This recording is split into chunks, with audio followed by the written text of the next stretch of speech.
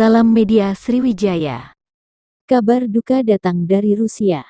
Tokoh yang berperan besar dalam mengakhiri Perang Dingin sekaligus eks-pemimpin Uni Soviet terakhir, Mikhail Gorbachev, meninggal dunia pada Selasa tanggal 30 Agustus tahun 2022.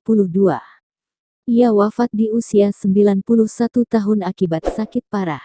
Kabar meninggalnya Gorbachev disampaikan oleh berbagai media lokal, mengutip dari keterangan rumah sakit tempat Gorbachev dirawat, Rusia Central Clinical Hospital, Moskow.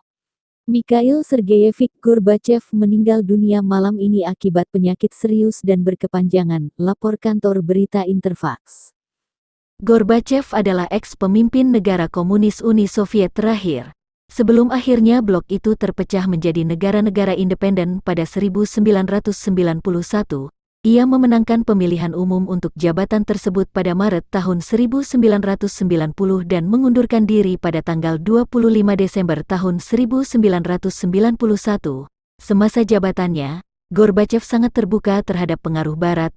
Ia menjalin kesepakatan dengan Amerika Serikat soal pengurangan senjata dan menghancurkan julukan tirai besi yang diemban Uni Soviet sejak Perang Dunia II di ranah internasional.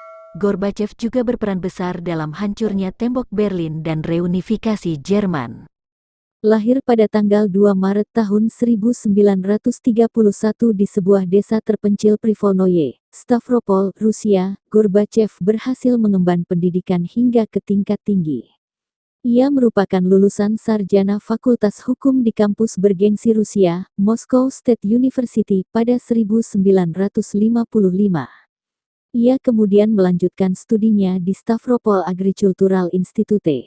Langkahnya di ranah politik dimulai pada 1952, saat ia lulus dari studi magisternya dan bergabung dengan Partai Komunis Uni Soviet. Seiring berjalannya waktu, ia dilantik menjadi anggota Komite Sentral pada 1971.